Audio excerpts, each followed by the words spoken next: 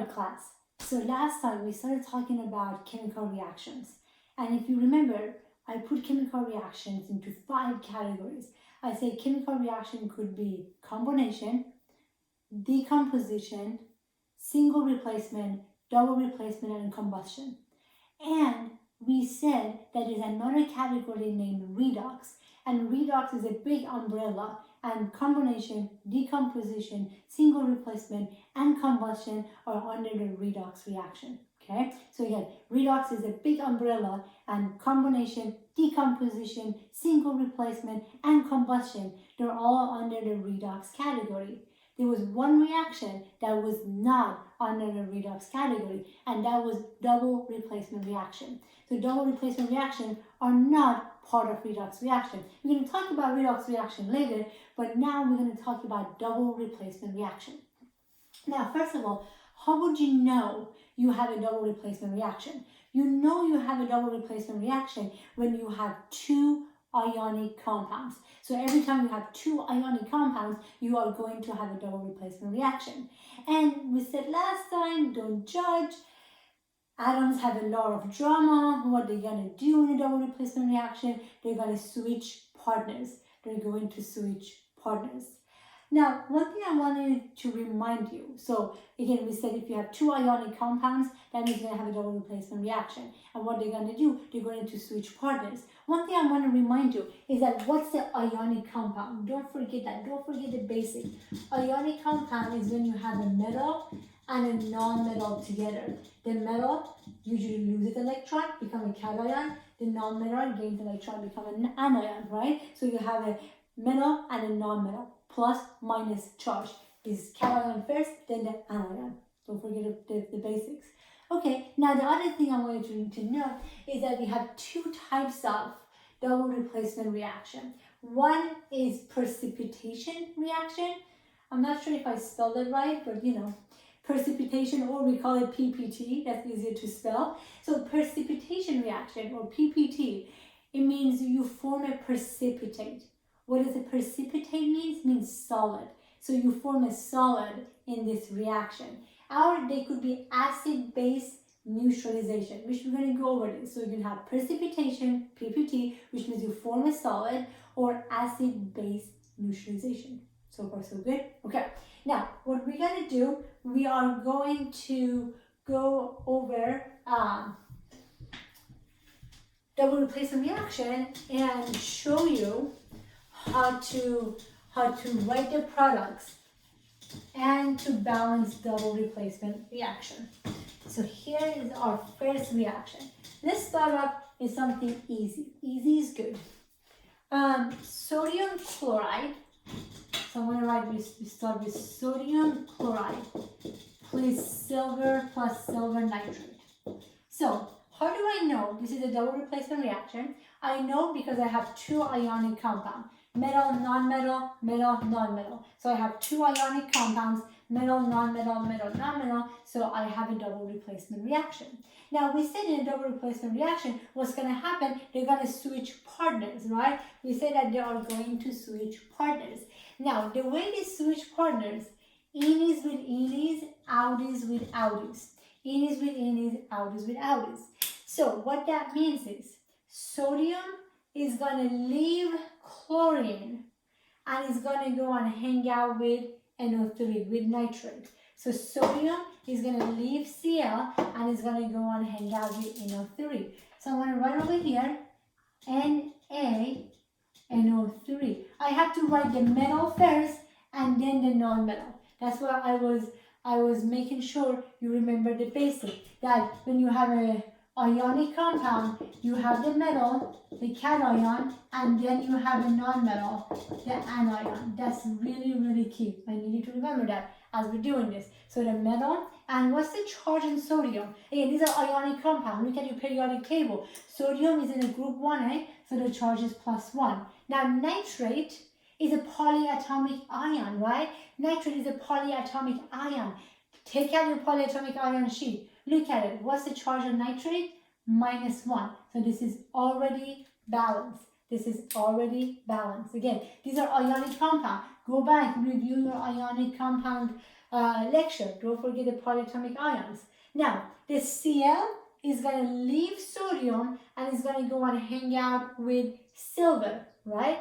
But I'm going to write the silver first because that's my metal, that's my cation, and then I'm going to write the non-metal next. So you always write down the metal, then you write down the non-metal. Now, the charge in silver is +1. Silver is one of the few transition metal that has a fixed charge, and Cl is in a halogen group, so it has a -1 charge. Okay, so plus -1 is balanced. So these two compounds are balanced and neutral. So far, so good. Now, the last thing you need to do is to balance the entire equation. Is the entire equation balanced? What I mean by that is that you have to have the same number of atoms on both sides. One sodium, one Cl, one Cl, one Ag, one Ag, one nitrate, one nitrate. We're good. And we said last time that don't forget to balance polyatomic ions as one unit, Okay, beautiful. Ready for next one? Let's do the next one. Next one, what we're going to do, barium chloride. Let's get a little bit harder now. Plus sodium sulfate. Okay. How do I know this is going to be a double replacement reaction? I know that because what I have is I have two ionic compounds together. Metal, non-metal, metal, non-metal. Metal, non-metal, you have an ionic compound together. So I have an ionic compound, I have an ionic compound. How do you know it's an ionic compound again? I have a metal and a non-metal ionic compound. Metal, non-metal, ionic compound. When I have two ionic compounds, it's a double replacement reaction. Okay, which that means they are going to switch partners. Oh boy.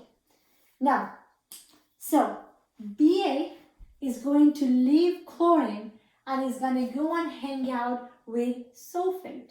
So barium is going to leave chlorine and it's going to go and hang out with sulfate. So far, so good. Now, what is the ionic charge on barium? Again, these are ionic compounds. You have to balance the charges. If you look at the periodic table, barium is +2. Now, SO4 is a polyatomic ion. If you look at your polyatomic ion chart, which hopefully you have memorized, what is in front of you, SO4 would be -2. Again, these are ionic compounds. Every time you have an ionic compound, you have to balance the charges. Ionic compound, you have to balance charges. I'm going to write this down here. Every time you have an ionic compound, don't forget, you have to balance charges. That's really, really key. We're good so far? Okay. Now, Cl is going to leave barium and is going to go and hang out with sodium. You agree so far? So Cl is going to leave barium and is going to go and hang out with sodium. But when I write it over here, I have to write the Na first and then I have to write the Cl because you write the cation first and then you write the anion first. You write the metal and then you write the non-metal. Now, what is the charge for sodium? Sodium is in group 1A, so it's +1. Cl is a halogen. If you look at a halogen, they're -1. So is this balanced? This is balanced. This is balanced. So for ionic compound, don't forget you have to balance the charges. But this one right here, the charge is balanced. Okay, so one question that I'm thinking right now that you have is probably this. You're probably asking me, hold on a second. If you look over here, what I have here, you have 2 over here and you have 2 over here. How come you didn't take these 2 to the other side? How come you didn't take these 2 to the other side? I need you to pay close attention to this part. This is key. There is a 2 over there because Cl is hanging out with barium. The 2 comes from balancing the charges for ionic compound. Barium is +2, Cl is -1, so you cross multiply the charges, so the 2 comes from barium. But Cl left barium and has a new partner, which is Cl. So when you have a new partner, new charges. You're going to move on, right? Okay, do that. Atoms are just like human beings. You're going to move on. You're going to get all new stuff. You're not going to keep the old stuff. It's exactly the same idea here. So let's go over here. Again, sodium, there is a 2 here. The 2 comes from sulfate because sodium is hanging out with sulfate. So the sulfate is -2, sodium is +1. So the 2 comes from sulfate. But now sodium has a new partner, so that 2 belongs to, because of the sulfate, you have to rebalance the charges.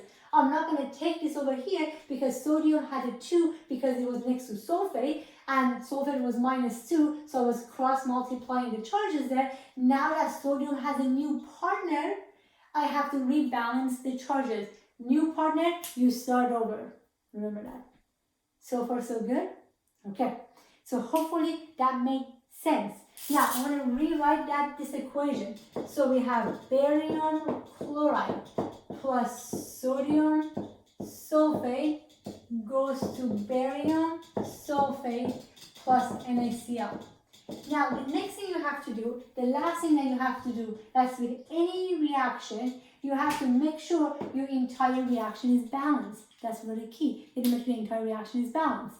Okay, I have 1 barium, I have 1 barium, I have 2 Cl, I have only 1 Cl, so I balance the equation by adding coefficients, right?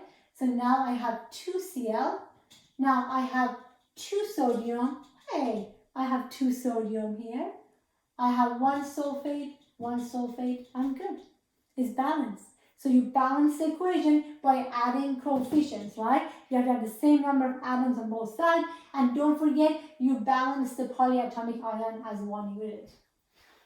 Okay, so now I'm anticipating your questions.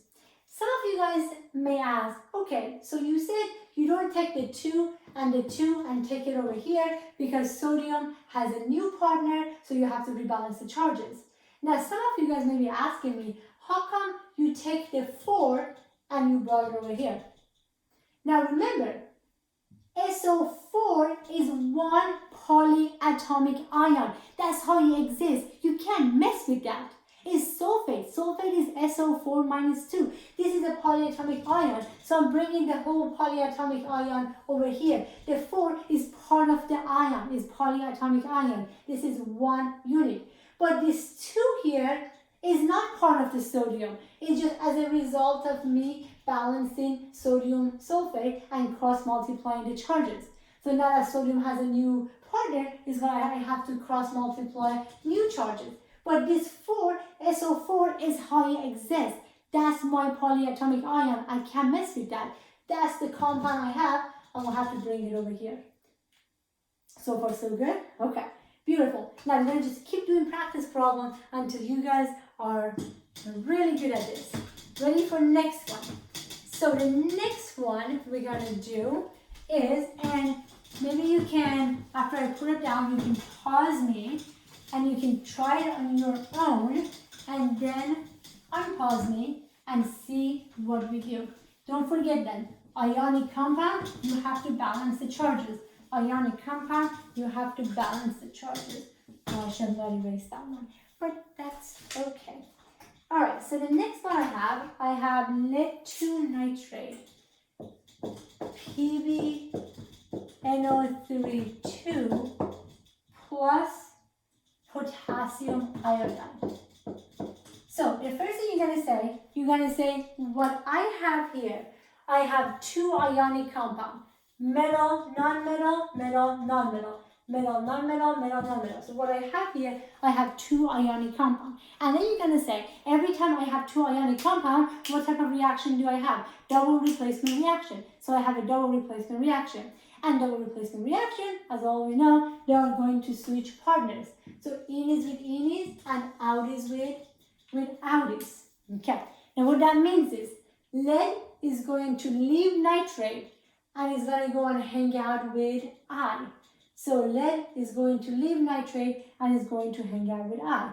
And nitrate is going to leave Pb and is going to go and hang out with potassium. Now, it doesn't matter which one you write first. You can write the inis first or you can write the outis first. It doesn't matter. The last 2 times I wrote the outis first and then the inis. I'm going to do the opposite so that you can see you can do both. So nitrate is going to go and hang out with potassium. Now remember, it has to be the metal and then the non-metal. So I have to write the potassium first, and then I'm going to write the nitrate. So I have to write the potassium first, and then I'm going to write the nitrate because it's a metal and then the non-metal. Now potassium is in group 1A, so it is +1. Now nitrate is a polyatomic ion, and the charge is -1. Look at your polyatomic ion charge. Okay, +1, -1, this is already balanced. Because don't forget, for ionic compound, you have to balance the charges. Repeat after me. For ionic compound, you have to balance the charges. Okay. Now, so that was our E's. Now, lead is going to hang out with who? It's going to hang out with I. So lead, Pb, is going to go and hang out with I. Okay? Now, what is the charge on Pb? Because for ionic compound, you have to balance the charges. Now, we have lead could be +2 or +4. Which lead do we have here? Let's look over here. We know nitrate is -1. Where is the 2 came from? The 2 came from lead. Because we know nitrate is -1, so the 2 came from lead. So my lead is +2.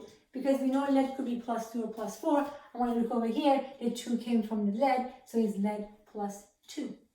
Now, iodine, that's a halogen group. They all have a charge of -1. Okay. Now, what do I have to do? I have to balance this. I have to cross multiply the charges in order to balance this, right? I have to cross multiply the charges in order to balance it. If I do that, I get PbI2. Because again, remember, for ionic compound, you have to balance the charges. For ionic compound, you have to balance the charges. So, what did I get? I would get Pb NO3 2 plus Ki going to KNO3 plus PbI2. Okay. Now, before the last part, one more time. How come I didn't take the 2 for nitrate and I put it over here? I did not take the 2 to take it to the other side because the 2 is there because of lead. I cross multiply the charges, I balance the charges, the 2 is there because of lead. Because lead was +2, nitrate was -1, you cross multiply the charges, so the 2 is there because of Pb. Now that nitrate has a new partner, you have to start over. You have to rebalance the equation again. So now that it has a new partner, the partner has +1, this is -1, this is already balanced. So I don't take the 2 to the other side because it has a 2 because it's next to Pb. Now that it's next to potassium, I would have to rebalance the charges. We're good? Hopefully we're good. Okay. Now, one last thing. I know I'm repeating myself, but I want to make sure you really understand it. Again, the nitrate was different. Nitrate, NO3, is one polyatomic ion, so I have to keep it the same because that's my polyatomic ion. I have to keep my polyatomic ion exactly the same because that's one ion. I don't change the compound. All right, now the last thing to do is to balance the entire equation. How would you balance the entire equation? Let's do this. 1 Pb, 2 nitrate, if you guys see that, 2 nitrate. So I have to put a 2 here. Again, when you balance the equation, you have to use coefficients. We balance the equation using a coefficient. So now I have 2 nitrate, 1 potassium. How many potassium? Ooh, I have 2 potassium now. So I have to put a 2 over here. Then I have 2 potassium, 2 iodide, right? Because they multiply it out. And 2I over here. Okay? So I am good. This is my double replacement reaction. You guys are feeling pretty good about this? Okay, not too bad, yeah? Not too bad. The key is, again, what I had to repeat after me, that ionic compound is a balance of charges. For an ionic compound, you have to balance the charges. Okay, ready for the next one? Let's do the next one. So So for ionic compound, you have to balance the charges. Please don't forget that. Next one, again, pause me, try to do this, and then unpause me. Potassium nitrate plus copper sulfate. Pause me, do this double replacement reaction, and then unpause me so we can go over it. Alright, so first of all, you go, I know this is a double replacement reaction. How do I know? Because I have two ionic compounds, metal and a non-metal together. Metal and non-metal together, I have two ionic compounds. Two ionic compound means double replacement reaction. And as you know, double replacement reaction means we are going to switch partners, and inis goes with inis and outies goes with outies. Again, it doesn't matter which one you write, the inis or the outies, it doesn't really matter. Now, let's go over this together. So, in this equation, what's going to happen? Potassium is going to leave nitrate and is going to go and hang out with sulfate. Do you guys agree? Okay. So, potassium is going to leave nitrate and is going to go and hang out with sulfate. Now, remember, what did we say? For the ionic compound, what do you have to do? You have to balance the charges. You balance the charges. Potassium group 1A is +1. Sulfate is a polyatomic ion, is -2. So is this balanced? This is not balanced. I have to cross multiply the charges. We don't write 1, but we do write the 2. So it would be K2SO4. Okay? Again, I have to balance the charges. Now, nitrate is going to leave potassium and is going to go and hang out with copper. But I have to write the copper first. I have to write my metal first. Then I have to write my non-metal, which is nitrate. So I have to write my metal first, and then I write my non-metal, which is nitrate. You start following me so far? Okay. Now, copper, what's the charge on copper? Remember, copper is a transition metal that can have different charges. Which copper do we have here? If you look over here, this is a little tricky. You know sulfate is -2, right? That's a polyatomic ion. It has one fixed charge, and that one fixed charge is -2. So if sulfate is -2, what does copper has to be? +2, because there's no subscription over here. So there's nothing over here. So if this is -2, this has to be +2. That's where they cancel each other out, and I have nothing down there. Okay, so my copper is copper +2. Again, because you know sulfate is -2, then this has to be copper, because I don't have anything down here. I don't have anything down there. Alright, so if copper is +2, and you know that nitrate is a polyatomic ion, so that's -1. Okay, polyatomic ion -1. What do I have to do? I have to cross multiply the charges. Follow my marker. I have to cross multiply the charges, right? If I do that, the 1 goes down there. I don't write the 1. I have to write the 2 over here. Okay? Alright, so I want to rewrite this. I have potassium nitrate plus copper sulfate goes to potassium sulfate plus copper nitrate. Okay? Again, the reason I knew copper was +2 because there's no subscript here, right? There's no subscript here. And I know SO4 is -2, and then copper has to also be +2. So +2 -2 would cancel each other out. So far, so good? Okay. Now, last thing, what do you need to do? You need to balance the entire equation. Don't ever forget that. 1 potassium here, 2 potassium over there. So what I have to do, I have to put a 2 here. You always balance the equation by adding coefficient. Now, how many nitrate do I have? Now I have 2 nitrate over here, so that's good. How many copper? 1 copper, 1 copper, 1 sulfate, 1 sulfate. I'm good. And don't forget, balance the polyatomic ion as 1 unit. Don't say I have 1s, I have 1s. No, 1 SO4, 1 SO4. I have 2 nitrate. Here I have also 2 nitrate. Okay. Now, I know I'm repeating myself, but I want to go over this one more time. Let me go over this one more time. We can't really stop me since this is recorded. But listen to me. Don't fast forward me. One more time. So, ionic compound is a balance of charges, and that's really, really key. And you have to balance the charges. And so when these guys, they switch partner, we have to rebalance the charges. Now, here, for example, potassium has a 2. Here it doesn't, because here it has a sulfate and the 2 comes from the sulfate. So don't forget, you have to rebalance the charges. And NO3 and sulfate, that's how they exist. That's a polyatomic ion, so you keep it as is. All right, ready for a hard problem? I think you are. I think you are. Okay, I'm going to give you a hard problem. I'm going to give you guys a hard problem to do. Definitely do this on your own before you watch how I do it. So here is our next problem. Oh, this is a good one. You know when I say it's a good one, that means a hard one, right?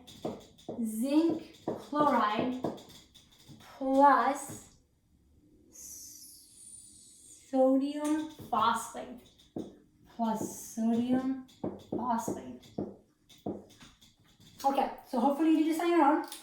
Now, when you look at this, the first thing you're going to say is like metal, non-metal, metal, non-metal. I have 2 ionic compound. Every time I have a 2 ionic compound, what that means is they are going to switch partner and I'm going to have a double replacement reaction. Okay? Then you're going to say the way they're going to switch partner, in is with in and out is with out is. Okay? Then hopefully you said that means zinc is going to leave Cl and is going to go and hang out with phosphate. So zinc is going to leave Cl and is going to go and hang out with phosphate. So I'm going to put Zn and it's going to go and hang out with phosphate. Okay? Now, the other thing that you're going to say, okay, now that it has a new charge, now that it has a new partner, what it has to do? It has to rebalance the charges because we're ionic compound, we have to rebalance the charges, right? What is the charge on zinc? You know that zinc is one of the few transition metals that has a fixed charge, and that is +2. But if you forgot about that, you can look over here. You know Cl is -1 because it's a halogen. So where did the 2 came from? The 2 came from the zinc, right? The 2 came from the zinc. So you know that zinc is +2. Now phosphate is a polyatomic ion, has a charge of -3. Have a polyatomic ion sheet in front of you as you do the double replacement reaction. Okay, so I have to cross multiply the charges. I have to balance the charges. How do I do that? Watch my marker. That means 3 goes here and 2 goes over there. Alright? So it would be Zn3, oh no, PO4 2. Beautiful. Now Cl is going to leave zinc and is going to go and hang out with sodium. Cl, leave zinc, go hang out with sodium. But I have to put the metal first, Na, and then I have to put the non-metal Cl after that. Now, if you look at a periodic table, what's the charge on sodium? +1. Look at a periodic table. What's the charge on Cl? -1. Is this balanced? This is balanced. And one more time, I did not take the 2 and the 3 from this side to bring it over here because sodium has a 3 because it's next to phosphate. The 3 came from phosphate. Now that sodium has a new partner, I have to rebalance the charges, and this partner has a -1 charge, so there are no subscription over here. It's over here. So far so good? Okay. Now, the same as here. The 2 is there from the zinc. Now that Cl has a new partner, it has to rebalance the charges. But PO4 remains as one compound because that's a polyatomic ion. Alright, so far so good. Now I'm going to rewrite this.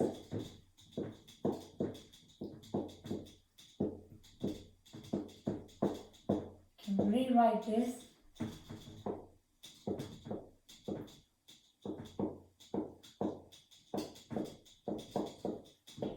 Again, there's no subscript here because this subscript are due to the phosphate and zinc. new partner, you're going to have a new charge in the balance in the charges. So the last thing to do, I know this was a little tough, but if you guys got this down, we're in a good shape. The last thing to do is to balance the entire equation. Let's do it together. I have 1 zinc here. How many zinc I have over there? I have 3 zinc. So I'm going to put a 3 over here. Now I have 3 zinc, 3 zinc. So far so good. How many Cl do I have? Pay attention. Be careful. 3 ZnCl2. So altogether, 3 times 2, I would have 6 Cl. I would have 6 Cl. Now here I only have 1, so I'm going to add a 6 over here. Now I have 6 Cl. How many sodium? 3 sodium. How many sodium here? Oh, 6 sodium. So what do? I added 2 over here, 2 times 3. Now 6 sodium, they match up. How many phosphate? Again, you have to factor it out, right? Now I have 6 sodium, 2 phosphate. I already have 2 phosphate over there. So everything is balanced. This is my balanced double replacement reaction. So far so good? All right, nice job. This was a big one. Okay, again, the key is, don't forget that you have to balance the charges for ionic compound. You have to balance the charges for ionic compound. One last one. And the last one is a fun one. I left the funnest one for last. Ready? Okay. Here's the last one. What I want you to do, hydrochloric acid, HCl plus sodium hydroxide. So, if you remember, we talked about it, that acid bases are technically under ionic, right? So, acid bases are technically under ionic. So, what I have here, I have an acid, because this is hydrochloric acid,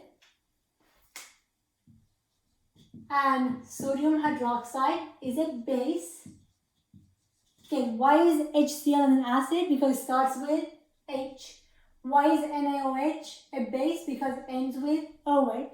Okay, so I have an acid and I have a base, and we have said that acid and bases are technically under ionic, right? So I can do double replacement reaction here.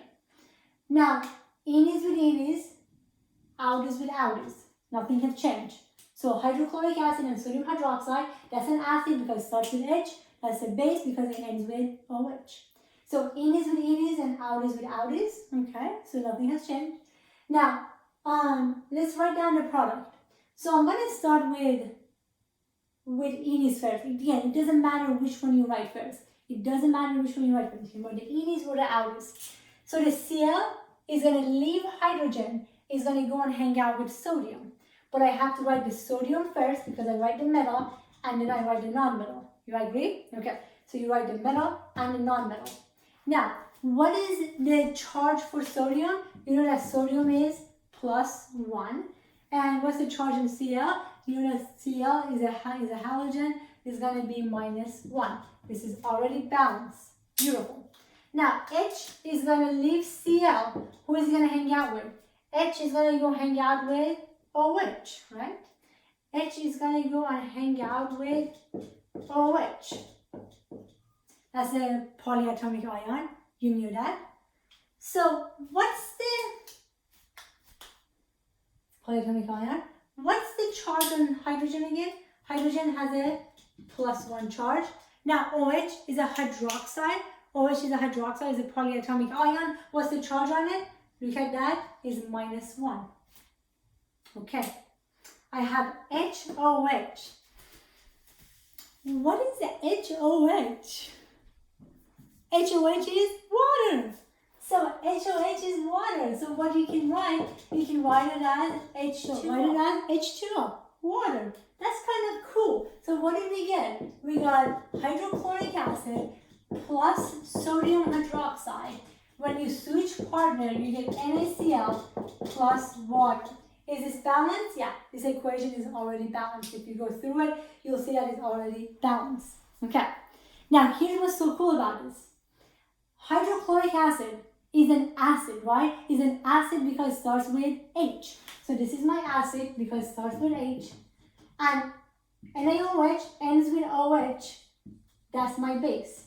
So what type of reaction is this? This is an acid-base neutralization. This is an acid-base reaction because I have acid and I have a base. And acid-base reaction are under double replacement reaction. Now, every time you have an acid and base reaction, your product, one of your products will be water. So every time you have an acid and base reaction, one of your product will be water. Okay. Now, one last really cool thing about this. So you know that water now is HOH, right? What's the pH of water? 7, right? So water is neutral. Now, why is water neutral? Have you ever thought about that? Now you know why water is neutral. Here's why. So water is made from HOH. H plus is an acid. OH minus is a base. So what is water? Water is made from acid and base, which cancel each other out. Then water ends up being neutral and at the pH of 7. It's a little cool, right? Yeah. So HOH, remember that water is made from acid and base because it has an H plus and OH minus. Now, to kind of summarize what we talked about, so double replacement reaction is when you have two ionic compounds together. If you have two ionic compounds together, that's going to be a double replacement reaction. Now, for double replacement reaction, they're going to switch partner. When they switch partner, you have to rebalance the compound. Because for ionic compound, you have to rebalance the charges. They have new partners, you have to rebalance the charges. So far, so good. And don't forget that at the end, you have to balance the entire equation. And the last thing we learned was that acid-base reaction and acid-base reaction are also under ionic. They're under double replacement reaction. And every time you have an acid-base reaction, one of your product is water. One of your product is water. All right, nice job today. That was a big lecture. I'll talk to you guys next time.